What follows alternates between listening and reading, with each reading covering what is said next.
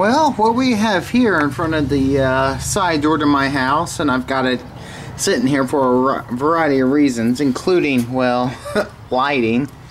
We have got an IBM, or as I like to call them, idiot-built machine. That's, well,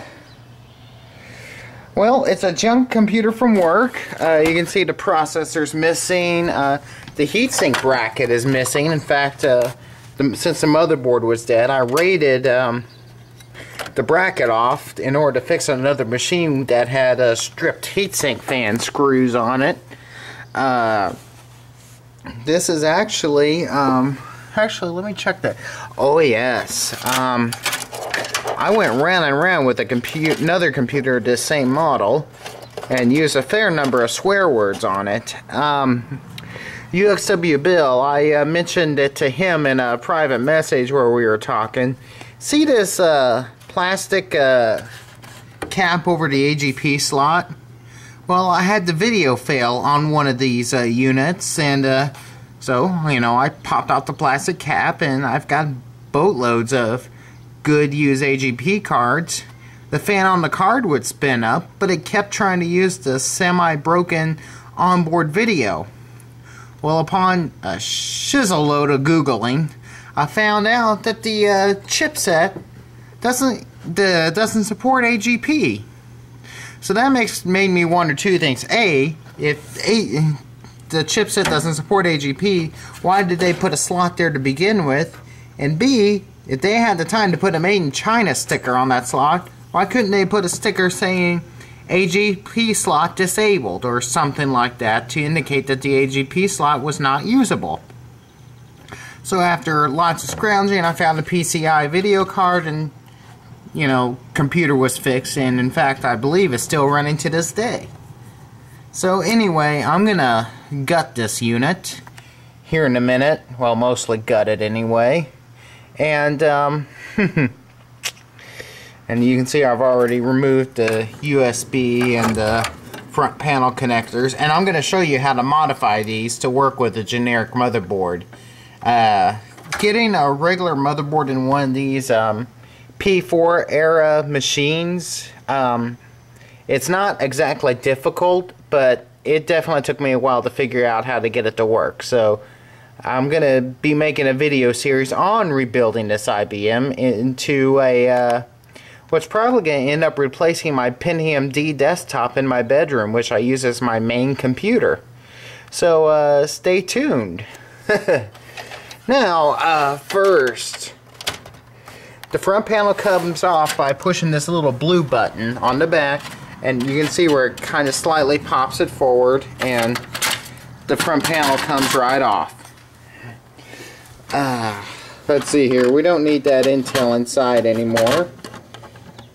So let's get these, let's go ahead and just take both the stickers off. And there's an old ID sticker here we'll want to attend to here in a second. So there's the case with the stickers removed. Now, but we got some residue stickies. And well, here's my favorite tool for attending to that. By the way, when I bought this can at Walmart, I got ID carded for so I could buy it. Get this doused real good. And yes, I'm covering the whole thing with WD-40, and there's a reason for that, which we'll get into later. Well, it's time to start removing the screws. Oh, I gotta change the bit on this. Be sure to, especially on the power supply, if you intend to reuse this power supply in this case, in a different case, after removing it, IBM uses proprietary screws on their power supply, so watch out for that.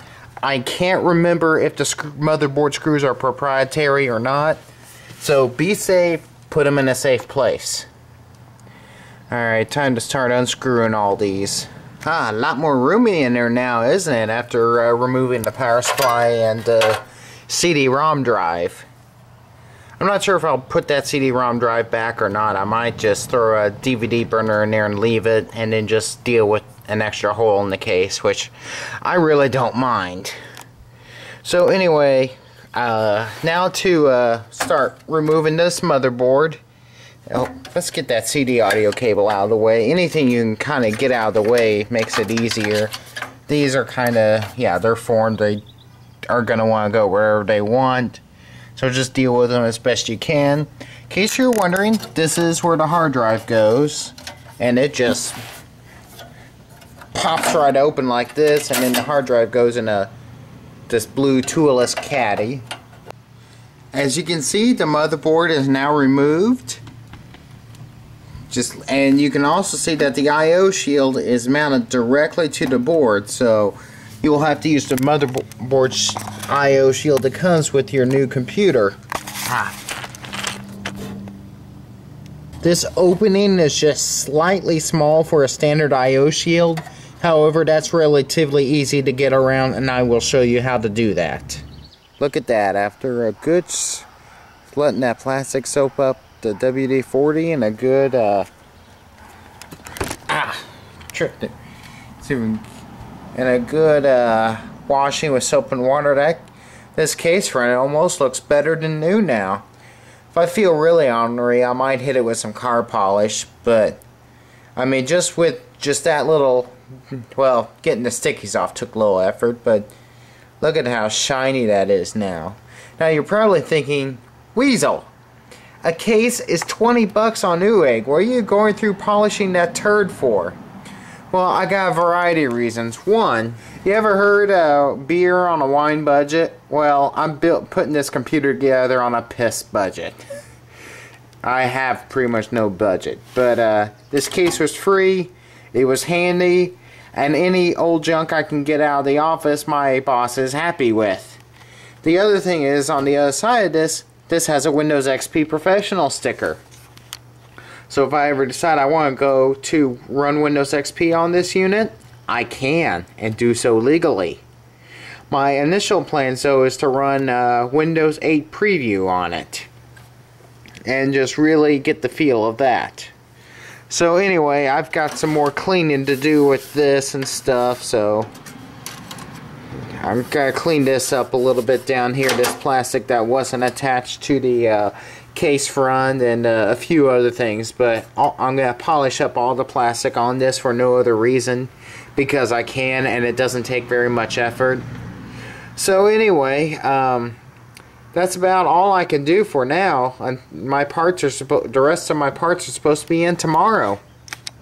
Okay, we got a package from UXW Bill here. Unfortunately, he wrote lots of funny stuff on the label. However, I have to, well, I gotta protect my privacy as well. So unfortunately, I can't show that to all y'all. This is a box. Well, this says Newegg on it.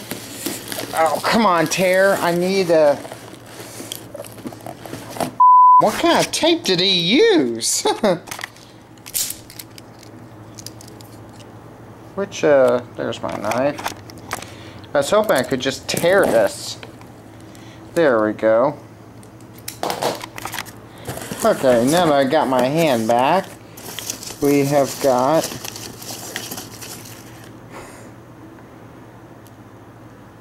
a, oh my gosh, did he do what I think he did? Oh, here is a an AMD heatsink. This is a shield. I'm thinking, oh, he went ahead and sent me one of these boards. I was going to buy one off of him, but then I decided not to. So I need to ask him about that and maybe do a little bit of settling with him. So anyway, that's cool. That's bonus. That's not the main part of the package, though. Down here we've got an Asus motherboard. Oh, good. Got the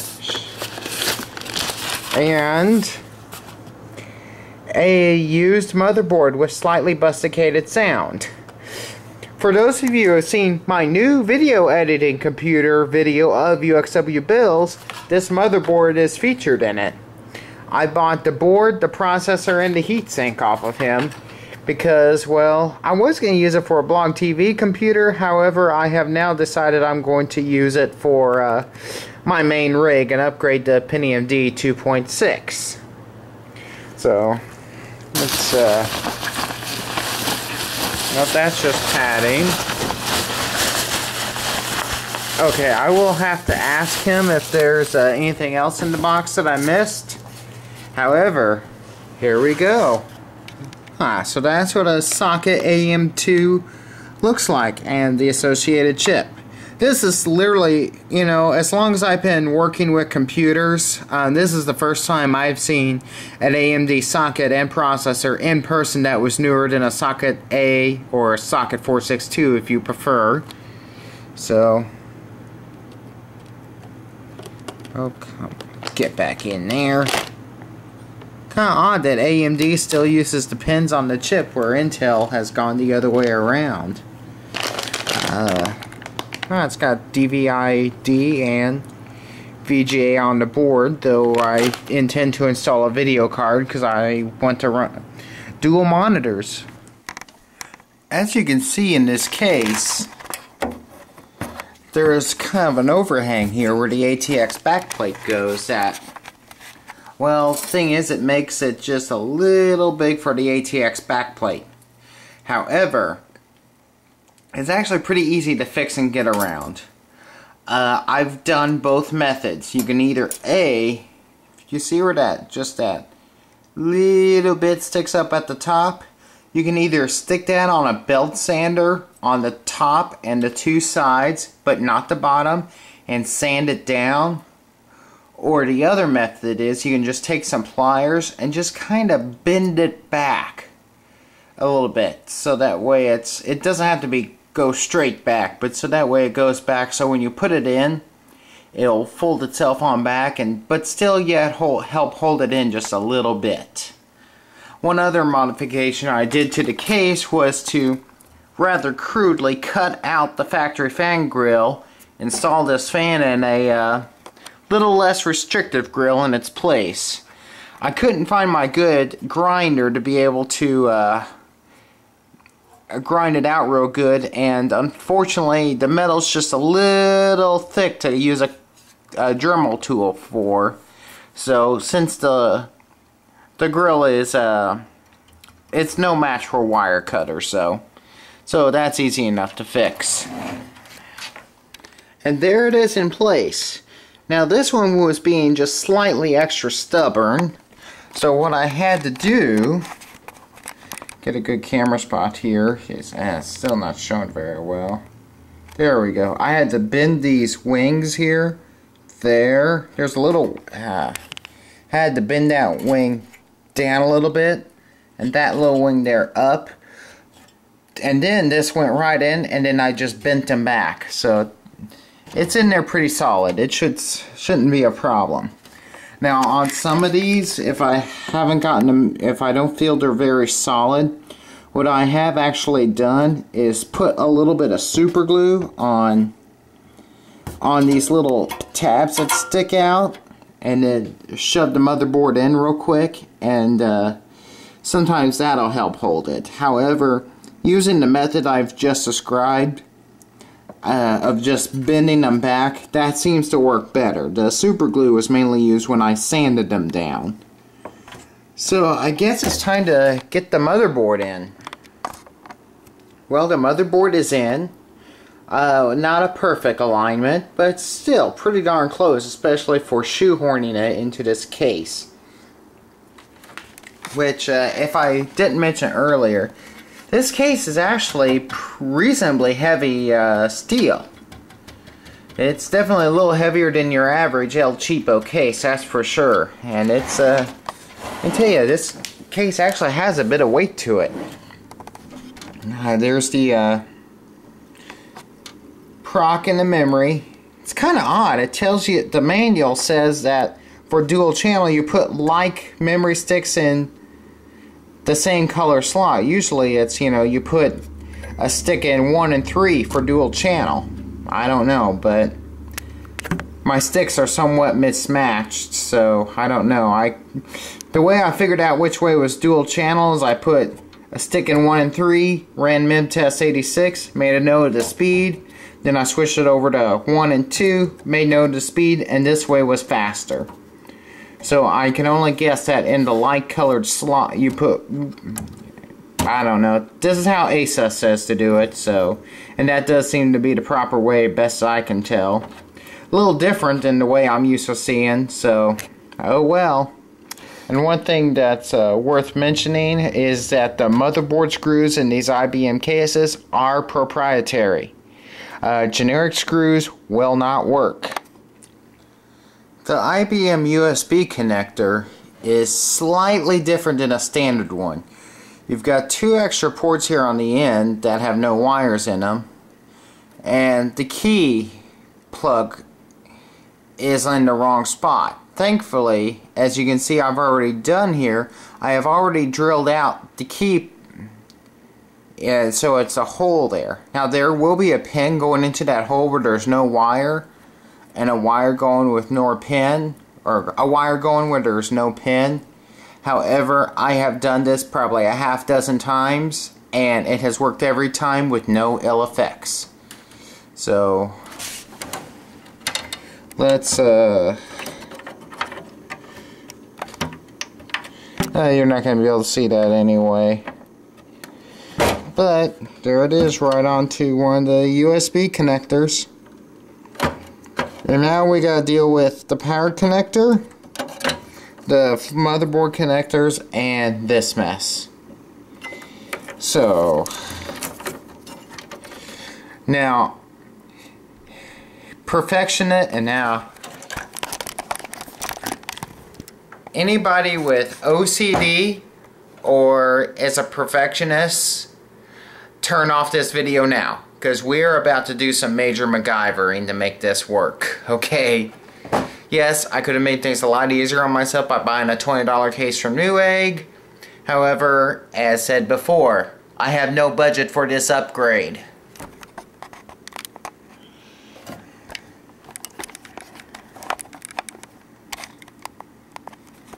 Okay, with that being said, let's see if we can. I was hoping I wouldn't have to do this, but yeah, I gotta do this. Now, as you can see, there are 8 wires on this connector.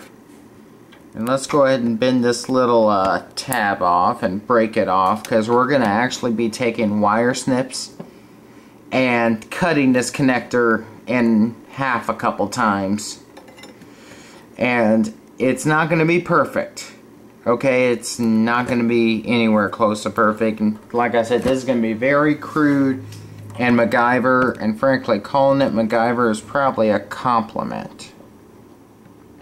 So first, what you need to do is, the best way I've known to do this is just to use a good sharp pair of cutters and just cut into the connector. Unfortunately, I don't have the tools nor the know-how on how to redo these into separate connectors. But anyway, let's see if we can get this done right and right down the middle. Oh yeah. Now, these 4 wires together here are the power switch. And as long as you just do 1 yellow on 1 black, you're fine. Here's where things are going to get slightly tricky. Is that there's this right here, and this has to be cut in half. The green and the black are the power LED. The other yellow and black are the hard drive light. So let's see how well I can make this work. That's actually pretty good. That's about the best I've ever done this. So, as you can see, this is slightly exposed. There's obviously no way to get around that. Though I managed to get around it on this one. But you can fill that in. Now, again, this is a very good one. In fact, this is one of the better ones I've done. Usually I'll have one just hanging out and I gotta rig it and it's ugly. What I'm going to do here is I'm just going to wrap a piece of electrical tape around it just to insulate that and keep it from popping out. Liquid electrical tape would also work For this though, I'm just going to use plain old black electrical tape because that's all I've got. It ain't pretty, but it's wired up. Unfortunately, I had to split apart the power one because this board doesn't appear to have accommodations for a 2-pin power LED, which slightly annoys me. It seems like nobody has decided on 2-pin or 3-pin yet, because I still sometimes see both. Anyway, I've got my optical drives installed. This one is actually stock with the case. It's just a plain old CD-ROM drive, mainly there to fill the hole, but I'm going to go ahead and hook it up. It'll be good for like ripping CDs and stuff, and just save a little bit of wear and tear on the DVD burner. This case originally had the plastic piece that clipped in here to hold the cards in place. However, A, I don't have it, and B, these holes are not tapped, but just screwing a screw in taps the holes. It just seems to work real well that way. Again, I've done that many times before with no ill effects. So I just need to put a couple install the power supply and screw in the drives, and then there'll be time to put the hard drive in. It's starting to look like a computer. Got the power supply in. I had to cut off a little piece of the case, but that's not a big deal. But power supply's in. It's very clear there is no room in these cases for much cable management to speak of. That's for sure. It's tight, but it's in there. The SATA cable was not a good choice because the plug sticks out so far. It was just barely able to clear. And another downside is that the power supply I have, the SATA cable, is kinda on the short side. So I almost had to completely close it before it would reach. But we're good now. And actually, in theory, once we get all this put back together, we should have a running computer. I've got a Creative Odyssey 2. I picked this up at a local computer shop for $5. Almost forgot to install my Sound Blaster card. The part of the reason I got such a good deal on this motherboard and processor combo is the fact that the onboard audio does not work, so an external add-on sound card is required. But all in all, here we go. And ooh, she's getting kind of heavy again. Well, there's the old Phenom D unit, though with several of its accessories rated out of it. And yes, that is duct tape right there. The hard drive and power lights are kind of on the bright side. Since this sits within inside of my bed, I just covered them with duct tape so they wouldn't keep me awake. But while I am heavily considering thoughts of selling this thing, it is pretty cool that I've got a silver floppy drive to go in it though. But here's the rebuilt IBM ThinkCentre. Look at how shiny that thing is. Woo, what a sheen. Amazing what some redneck plastic polish can do. But it needs a couple things to make it right. There we go. It's not a IBM anymore. It's a WBM, a weasel built machine.